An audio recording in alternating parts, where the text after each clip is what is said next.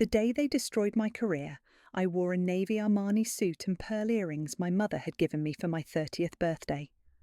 Looking back, I should have known something was wrong when Marvin's secretary wouldn't meet my eyes in the elevator. My name is Esther, and 7 years ago I was the rising star at Howard Strategic, the fastest-growing consulting firm in Boston. That morning, I'd prepared to present my expansion strategy to our biggest potential client, a presentation I'd spent 3 months perfecting. I walked into the conference room to find Marvin, my stepfather and CEO, already seated with my stepsister Presley beside him.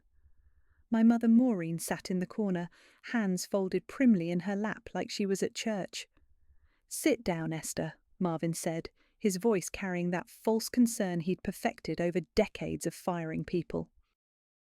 "We need to discuss your future with the company." "The client meeting starts in 20 minutes, I said, clutching my laptop. "Shouldn't this wait?" Presley smirked, twirling a strand of her perfectly highlighted hair. "Oh, I'll be handling the Richardson presentation." My stomach dropped. "What? That's my project. I've been working with their team since—" "We've received some concerning information," Marvin cut in, sliding a folder across the table. "Evidence that you've been sharing proprietary information with our competitors?" The accusation hit like a physical blow. "That's impossible. I would never—" "We have emails, Esther." Presley's voice dripped with fake sympathy. "Really, it's shocking how careless you were." My hands shook as I opened the folder. The emails were pristine forgeries, conversations I'd never had, deals I'd never made. Someone had gone to considerable trouble to frame me. "Mom?" I turned to Maureen, desperate for support. "You know I wouldn't do this." She wouldn't meet my eyes. "Perhaps it's best if you take some time away from the business world, dear. Focus on yourself for a while." "Listen to your mother," Marvin said. "Resign quietly, and we'll ensure this doesn't become public knowledge. Your reputation stays intact." "And if I fight this?" "Then every consulting firm in the country will know you're a corporate spy." He shrugged. "Your choice." I looked at my mother again, silently begging her to defend me. She stared at her manicured nails. "You're making a mistake," I said, my voice barely steady. "Both of you." "Security will escort you to clear out your office," Presley said, already reaching for my laptop. "Don't worry, I'll make sure the Richardson account is handled properly."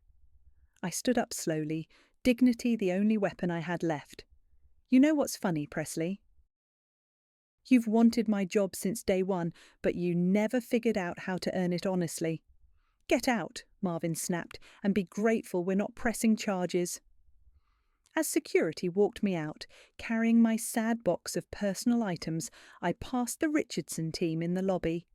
They looked confused to see me leaving, but Presley was already greeting them, wearing her brightest fake smile. That night, alone in my apartment, I called every contact I had. Each conversation was the same: doors closing, opportunities vanishing, my reputation crumbling in real time. By midnight, my mother finally called.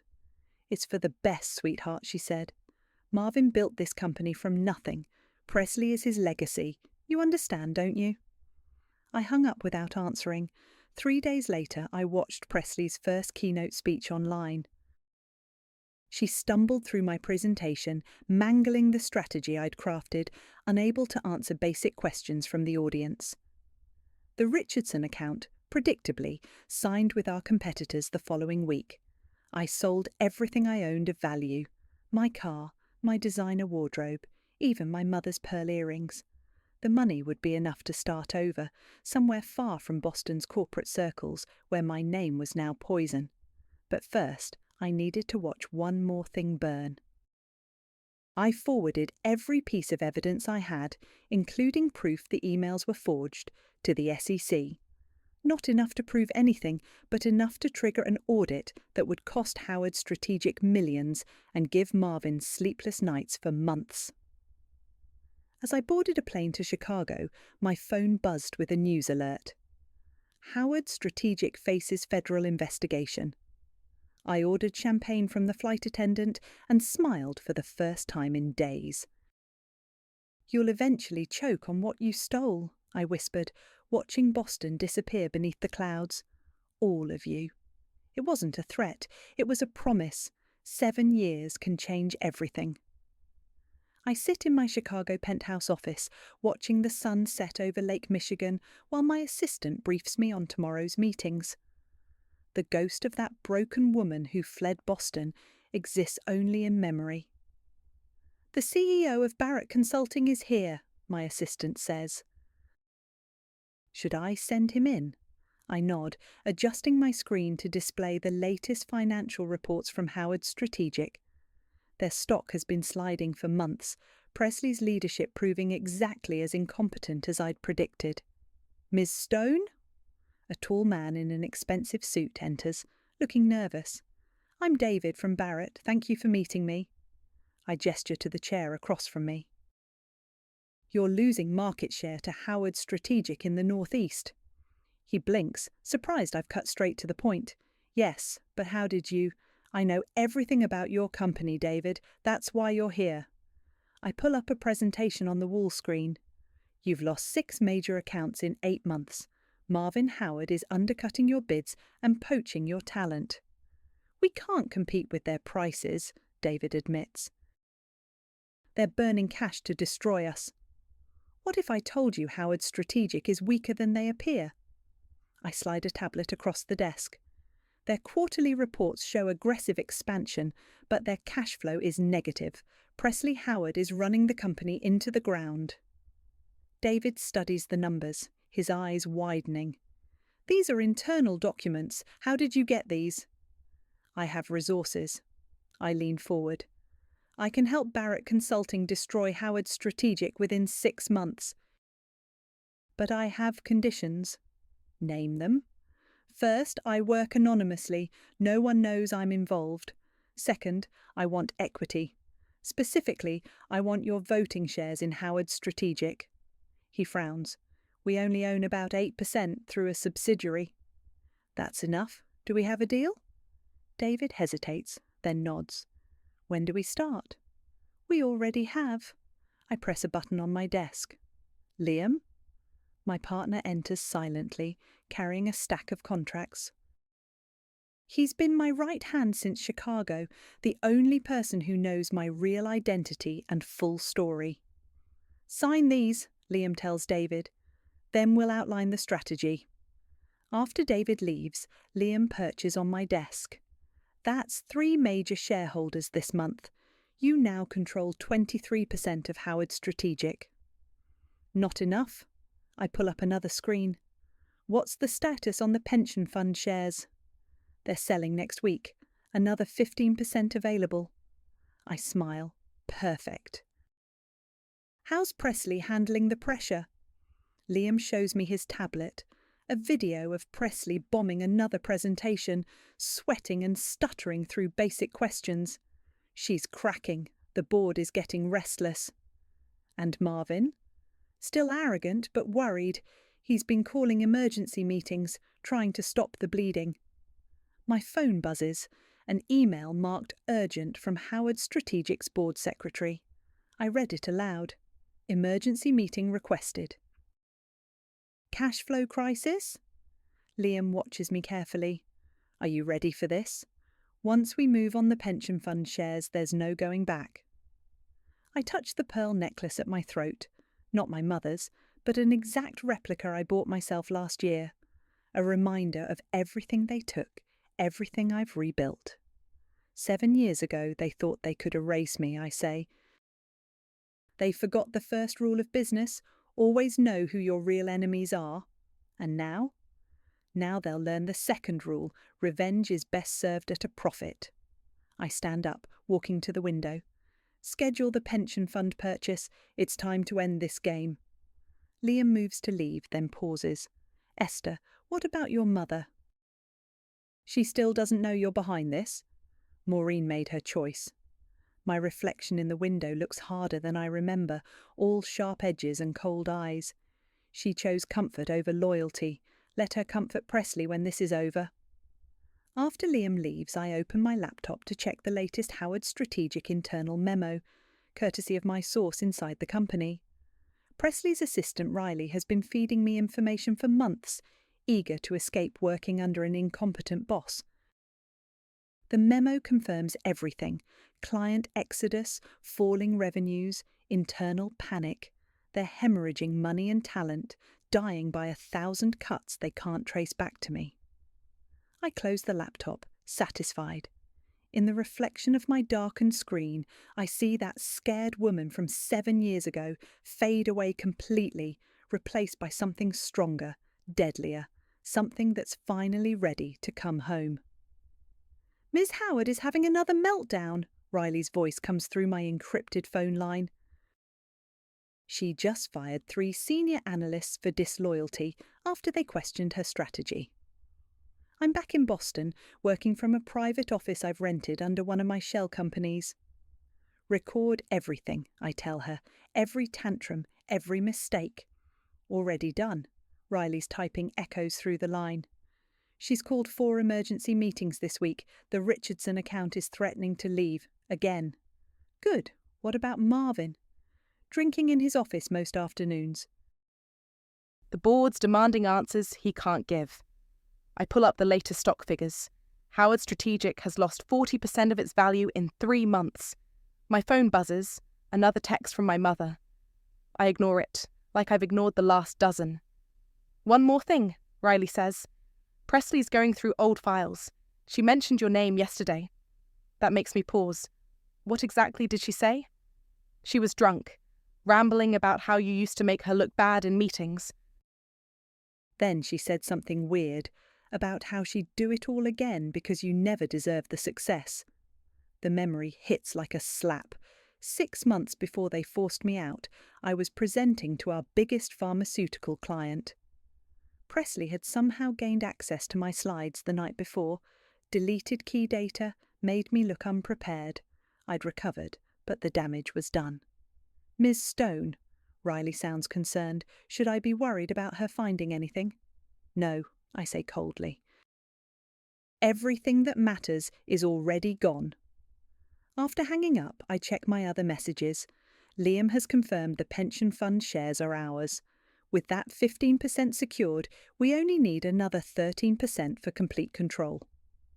My door opens and Liam enters, carrying coffee and looking worried. "We have a problem. Sandra Hayes is asking questions." Sandra, the one board member I'd hoped wouldn't notice the pattern. "What kind of questions?" "She's tracking the share purchases, trying to connect the dummy corporations. She's good." She always was. I remember Sandra being the only one who looked uncomfortable during my ousting. "Have our lawyers ready? The moment we hit 51%, I want everything in motion." Liam sets my coffee down. "There's something else. Your mother's in the lobby." My hand freezes on the cup. "What?" "Security called up. She's demanding to see the tenant list, making a scene." I pull up the lobby security feed. There she is, Maureen, perfectly coiffed as always, wearing the entitled expression of someone used to getting her way. "How did she find this place?" "No idea. Want me to have security remove her?" I consider it. Then my phone buzzes again. A birthday card notification from her. The same generic message she sends every year, probably scheduled in her assistant's calendar. "No," I say finally.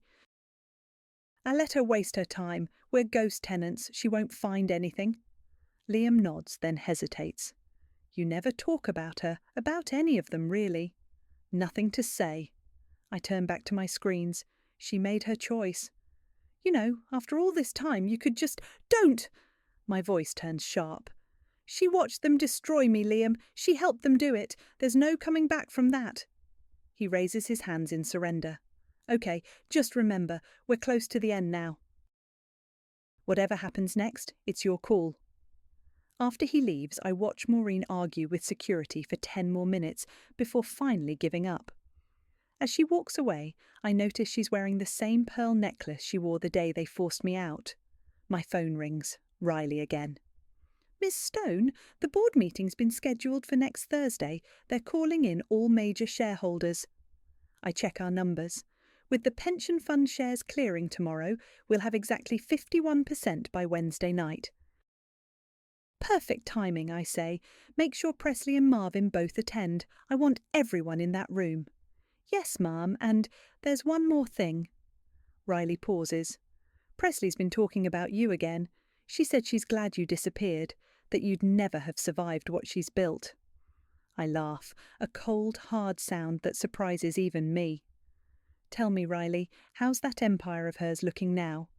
Crumbling, Riley says with satisfaction. She just doesn't know why yet. I end the call and stare at my reflection in the window.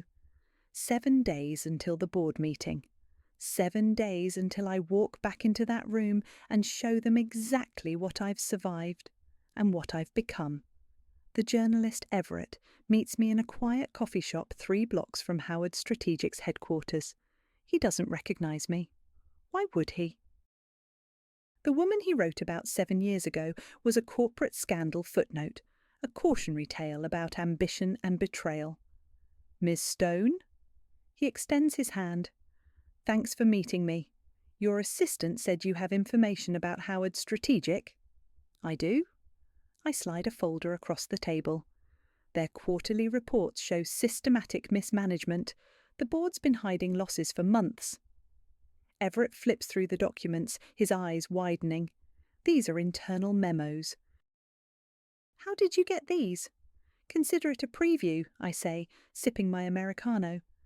Something historic is about to happen at Thursday's board meeting. You'll want to be there. Why tell me? Because 7 years ago you wrote about a woman they destroyed. Now you get to write about what destroyed them. He looks up sharply, studying my face. I see the moment recognition hits. You're...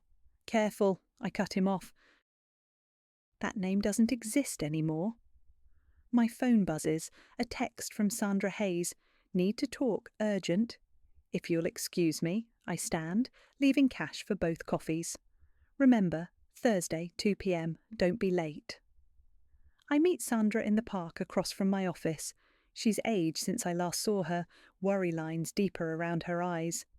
I know what you're doing, she says without preamble. The shell companies, the share acquisitions, it's you, isn't it? Proving that would be difficult. Marvin's being hunted, she continues. The company's bleeding out and he can't see who's holding the knife. I sit beside her on the bench. You were there that day, Sandra. You watched them do it. I didn't know the emails were fake. She looks at me directly. Not until later. By then you were gone. And now? Now I'm warning you. Marvin's desperate. He's talking about emergency share transfers, trying to protect Presley's position. I smile.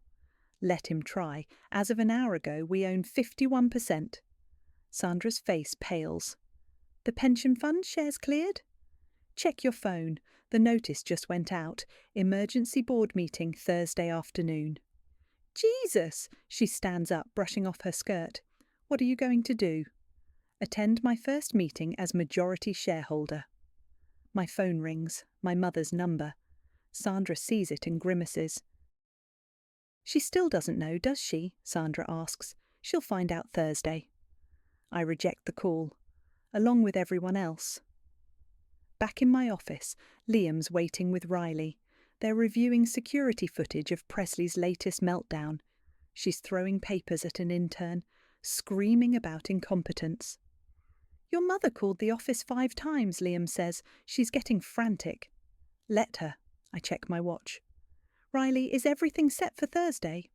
Riley nods. Security's been briefed. The legal team will arrive at 1:30. All shareholders have confirmed attendance. Good. What's Presley's mental state? Unravelling, Riley says with a hint of satisfaction. She tried to fire me this morning, but HR blocked it. She's paranoid, saying everyone's out to get her. She's not wrong. I pull up the seating chart for the boardroom. I want her next to Marvin. Let them face it together. My phone buzzes again. A text from my mother. Please call. Need to talk about Thursday. How did she know? Liam asks, seeing the message. Sandra probably told her. I type a response. Let's save dinner for after the funeral. Riley shifts uncomfortably. Miss Stone, there's something else. Presley's been talking about the day you left, telling people you deserved it, that you were trying to steal her birthright. I laugh darkly. Birthright? She couldn't earn it, so Daddy handed it to her. And look what she did with it.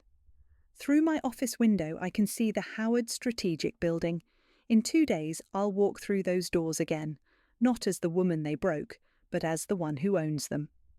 Make sure the legal team has everything, I tell Liam. When I take that company, I want it to be absolutely clean, by the book. It will be, he assures me. They won't find a single flaw. I touch the pearl necklace, my personal reminder of everything they stole. Thursday, then.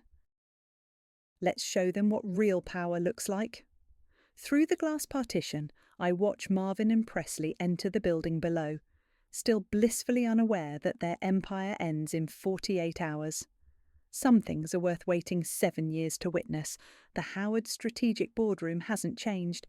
Same mahogany table, same leather chairs, same floor-to-ceiling windows overlooking Boston Harbor. I stand in the observation room behind one-way glass, watching them file in. They're all here, Liam says quietly. Legal team's ready. Presley enters first, wearing a designer suit that can't hide her exhaustion. Marvin follows, looking older than his years. Sandra takes her seat silently, avoiding everyone's eyes. The other board members cluster in small groups, whispering about the emergency meeting. It's time, I tell Liam. Start the show. The boardroom door opens. Riley walks in, distributing thick folders to each member. Presley tries to snatch hers, but Riley smoothly steps away. What is this? Marvin demands, flipping through the documents. Who called this meeting? I straighten my jacket and touch my pearls once for luck. Then I open the door and step into my past. The room falls silent. Presley's face drains of colour. Marvin stands so quickly his chair tips over. Hello, Father, I say coolly. Please, stay seated. We have a lot to discuss. Security! Marvin shouts, but Riley's already locked the door. The majority shareholder has the floor, Sandra announces, her voice carrying a hint of satisfaction. I walk to the head of the table, Marvin's usual seat. For those who don't remember me, I'm Esther. 7 years ago, I sat in this room and watched you destroy my career with forged evidence and lies. You can't be here, Presley stammers. You're not allowed. Actually, I press a button and the wall screen displays shareholding documents. As of yesterday, I own 51% of Howard Strategic. Your father's company belongs to me now. Marvin lunges forward. This is impossible. Those shares were purchased by shell companies, dummy corporations. Amazing how easy it is to hide ownership when you know how. I smile. You taught me that lesson, remember? The board members are flipping through their folders now, seeing the evidence of Presley's mismanagement laid bare in graphs and numbers. Under the current leadership, I continue, Howard Strategic has lost 40% of its market value. Client retention is at an all-time low, and our cash reserves... I pause for effect. Well, Presley can explain where those went. You bitch, Presley snarls, standing up. You think you can just walk in here and...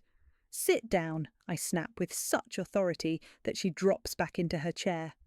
7 years ago, you couldn't handle competition, so you had Daddy remove it. How's that working out for you? The board won't stand for this, Marvin tries, but his voice wavers. The board? I gesture around the table. They've watched Presley run this company into the ground. They've lost millions following your legacy plan. Ask them who they trust with their investments now. Sandra speaks up. The majority shareholders' evidence is clear.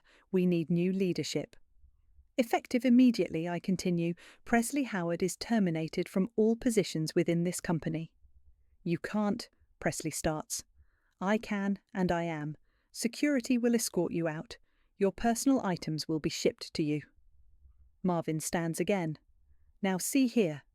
Speak again without permission, I cut him off, and I'll zero out your pension. Sit down. The door opens and 2 security guards enter. Presley looks around wildly, but finds no allies. This isn't over, she hisses as security approaches. Actually, it is. I pull up another document. The SEC will be very interested in your creative accounting these past few years. I've kept excellent records. As they lead Presley out, my phone rings.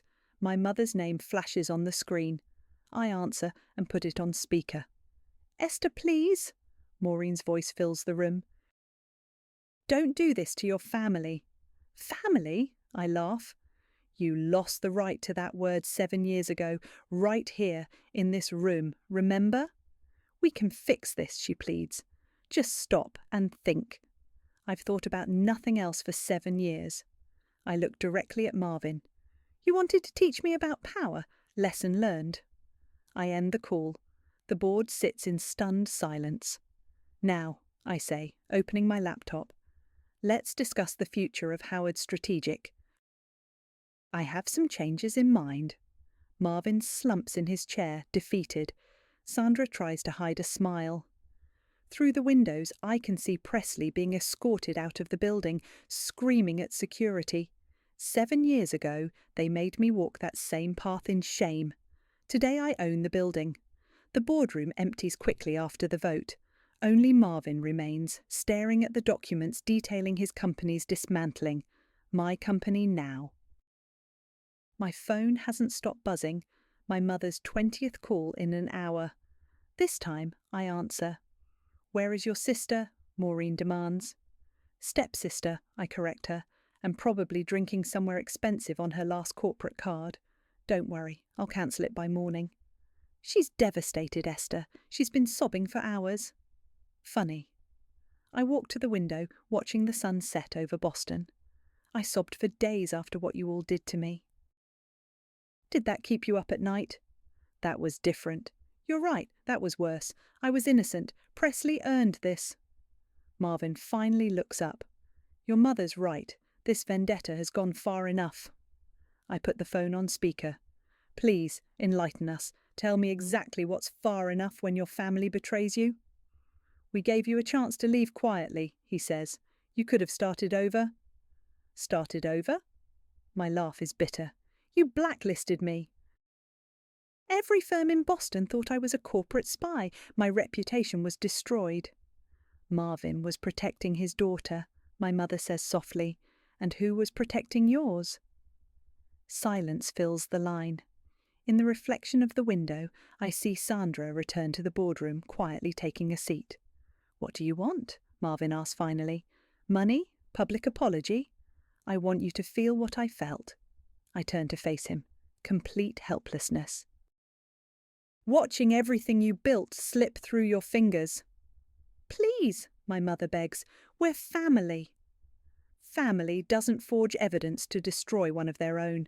Family doesn't choose a new husband's ambitions over their daughter's life. Sandra clears her throat. The papers are ready, Esther. I pull out a chair. Marvin, you have 2 choices. Sign these documents transferring all executive power, or I'll have security remove you like your daughter. You wouldn't dare try me. I smile coldly. Unlike Presley, I actually earned my reputation for getting things done. He picks up the pen, hands shaking. This company was my life's work. No, I correct him, this company was your ego trip.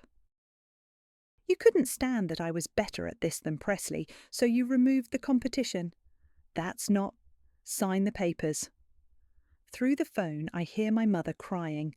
Marvin signs each page methodically, his signature growing shakier with each one. It's done, Sandra confirms, collecting the documents. Excellent. I press the intercom. Riley, please show Mr. Howard out. His building access will be revoked at midnight. Riley enters, professional as ever. This way, sir. As Marvin stands, he looks older than I've ever seen him. You'll regret this level of cruelty. Like you regretted destroying my life? I shake my head. The difference is, I can prove every accusation I've made. Would you like me to start with the forged emails? He leaves without another word. My mother's still on the phone, silent now. Maureen, I say quietly, are you still there? What have you become? She whispers. Exactly what you created. A woman who learned that family is just a word people use when they want to hurt you. I loved you. Love without loyalty is just convenience. I pick up my mother's old photo from Marvin's desk. You chose your comfort over my future. Now you can comfort them through their downfall. I end the call and turn to Sandra. Have the lawyers start the restructuring tomorrow. I want every trace of the Howard legacy eliminated by quarter's end. Already in motion. She pauses. That was brutal to watch. Was it? I drop the photo in the trash. I thought it was rather merciful. They still have their freedom, their reputations, more than they left me with. And now? Now we rebuild. Riley? I call her back in. How would you like a promotion? I need someone who understands real talent to head our HR department. Riley's eyes widen. Yes, thank you. Good. Sandra, you'll chair the transition committee. Let's show everyone what this company can do without nepotism at the helm. They leave to start their tasks, leaving me alone in the boardroom where my destruction was orchestrated 7 years ago. My phone buzzes one last time, a text from my mother. Whatever we did, you've become something worse. I type back, no, I've become something stronger. That's what really terrifies you. Then I block her number and get back to work. There's still so much to dismantle. The press conference room is packed. Every financial reporter in Boston wants to witness Howard Strategic's new leadership announcement. I stand backstage, watching the monitors as Sandra addresses the crowd. For those wondering about the recent changes, she's saying, I'd like to introduce our new majority shareholder and CEO. Liam appears beside me. Ready? Almost. I adjust my jacket. Armani, like the one I wore 7 years ago, but in blood red this time. Any word from Marvin? His lawyers tried filing an injunction this morning. Our team shut it down in hours. I step onto the stage to flashbulbs and murmurs of recognition. Everett, the journalist, sits in the front row, smiling slightly. Good morning, I say into the microphone. My name is Esther. Some of you may remember me. The room erupts with questions. I raise a hand for silence. 7 years ago, I was forced out of this company through fraud and manipulation. Today, I own it. I pause, letting that sink in. And I'm here to announce some changes. I click through my presentation slides. First, we're dissolving the old board. New members will be selected based on merit, not connections. Second, we're launching a full audit of all decisions made under previous leadership. A reporter stands up. Is it true Presley Howard was escorted out by security? Ms. Howard's termination was due to documented incompetence. The SEC has been provided with evidence of her mismanagement. Another reporter. What about Marvin Howard's allegations that this is a hostile takeover? Every share purchase was legal and properly documented. Mr. Howard's concerns seemed to stem from losing control, not from any actual impropriety. The questions continue until Everett stands. 7 years ago, I wrote about your exit from Howard Strategic. Want to comment on the allegations that led to your departure? I smile. Check your inbox, Everett. I've sent you proof that those allegations were fabricated. Run whatever story you like. Back in my office after the press conference, Liam brings me a stack of messages. Marvin's trying to claim you forged documents. His lawyer quit when we showed them the proof. And Presley? Posted a drunken rant on LinkedIn about family betrayal. It's gone viral. I'm about to respond when Riley bursts in. Ms. Stone. We have a problem. She pulls up a newsfeed on my screen. Marvin is giving an impromptu press conference outside his house, waving papers. These documents prove embezzlement, he's saying. Esther Young stole millions before her departure. Liam swears, but I start laughing. Oh, Marvin, you never could resist overplaying your hand. I pick up my phone and dial our legal team. Release Package B. All of it? Within minutes, every financial news outlet receives proof that Marvin's documents are forgeries, along with evidence of his own financial misconduct dating back decades. Should we make a statement? Riley asks. No need. I watch Marvin's face on the screen as reporters start getting the notifications. Let him dig his own grave. A soft knock at my door makes us all turn. Sandra enters, holding something small and familiar. Found this in the old storage room, she says, placing my original office nameplate on my desk. Thought you might want it back. Before I can respond, Liam steps forward. He's holding something else, a watch I haven't seen in 7 years. I tracked it down, he says quietly. You sold it to start over. Seemed right that you should have it back now. I pick up the watch, my grandfather's last gift before he died. I'd sold it to rent my first office in Chicago. Liam? I start, but he shakes his head. You don't have to say anything, just maybe it's time to start wearing your real name again. My phone buzzes with breaking news. Howard's strategic founder faces federal investigation. The photo shows Marvin being approached by FBI agents outside his house. Miss Stone. Riley's voice is hesitant. The board meeting room has been redesigned as requested. Would you like to see it? I follow her down the hall. The old mahogany table is gone, replaced by modern glass and steel. The walls now hold digital screens instead of old photos of Marvin's deals. But it's the small details that matter. My nameplate on the door, my grandfather's watch on my wrist, and not a single trace of the Howard legacy remaining. Perfect, I tell Riley. Schedule the first new board meeting for tomorrow. It's time to show Boston what this company can really do. As they leave, I stay behind, standing where I stood 7 years ago. But this time, I'm not leaving in shame. This time, I own the room where they tried to break me. The sale of Howard Strategic's remains takes exactly 23 minutes.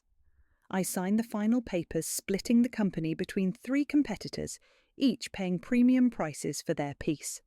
The empire Marvin built is officially gone. That's it? Sandra asks, watching me close the folder. Almost. I check my watch, my grandfather's watch. One last meeting. My mother's house looks exactly the same, pristine lawn, perfect flowers, everything in its proper place. She opens the door before I can knock. I saw the news, Maureen says quietly. You sold it all.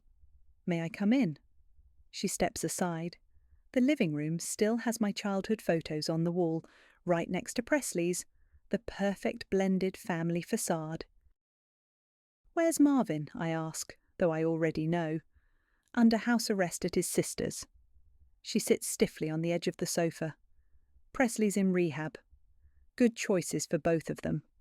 Why are you here, Esther? I take out an envelope. To give you this. She opens it slowly. A cashier's cheque for exactly the amount of my college tuition, the money she and my father saved before he died. I don't understand, she whispers. That's what started all this, isn't it? You married Marvin because you were afraid of running out of money, afraid of not being able to maintain this perfect life. That's not fair. No, what's not fair was watching you choose his money over your own daughter. I stand up and walk to the photos. You know what the worst part was? I would have taken care of you. If you'd just stood by me, I would have made sure you never worried about money again. Esther, please. I'm not here for reconciliation, I cut her off. I'm here to settle debts. That cheque clears us. You don't owe me anything, and I don't owe you loyalty. I'm still your mother. No. I take my photo off the wall. You're just the woman who taught me that power matters more than blood. Consider it the last lesson you gave me. Back at the office, Liam and Riley are waiting with champagne. The transfers are complete, Liam says. Howard Strategic officially doesn't exist anymore. I raise my glass. To new beginnings. Riley, how does it feel to be a partner? She grins. Better than being Presley's assistant. And the old board members? Most landed safely at other firms, Liam reports. Except Marvin's loyalists, they're having trouble explaining their roles in the fraud. My phone buzzes. A text from Sandra. Marvin's lawyer called. He's willing to plead guilty for a lighter sentence. Accept it, I text back. Let him live with the shame. It's better than prison. Riley clears her throat. There's one more thing. She hands me a newspaper. Everett's article is on the front page. The headline reads, Phoenix Rising, the woman who burned down her own glass ceiling. He told the whole story, Liam says. Everything they did to you, everything you built afterward, it's all there. I scan the article's ending. When asked about her next moves, Esther Young, no longer hiding behind aliases, simply smiled. Success isn't about getting even, she said. It's about becoming what they feared you could be. So what is next? Riley asks. I look out at the Boston skyline, touching my grandfather's watch. We build something new, something that can't be stolen or given away through nepotism. Together? Liam's question carries more weight than just business. Together, I confirm, meeting his eyes. All of us. Later, alone in the empty boardroom, I pack up the last of my things. My old nameplate catches the sunset, casting a shadow across the glass table. My phone lights up with a final text from my mother. I'm sorry I wasn't stronger. I don't respond. Some wounds don't need closure. They need to be turned into armor. Instead, I text Liam, ready for dinner? His reply comes instantly. Always. I take one last look around the room where everything ended and began. They tried to salt the earth, but they forgot. Buried seeds don't die. They wait. They grow. They break through concrete to reach the sun. I lock the door behind me, leaving the ghosts of Howard Strategic to their silence. Tomorrow, we start fresh. But tonight, I walk out of this building on my own terms, wearing my grandfather's watch and my real name. And this time, I'm not looking back.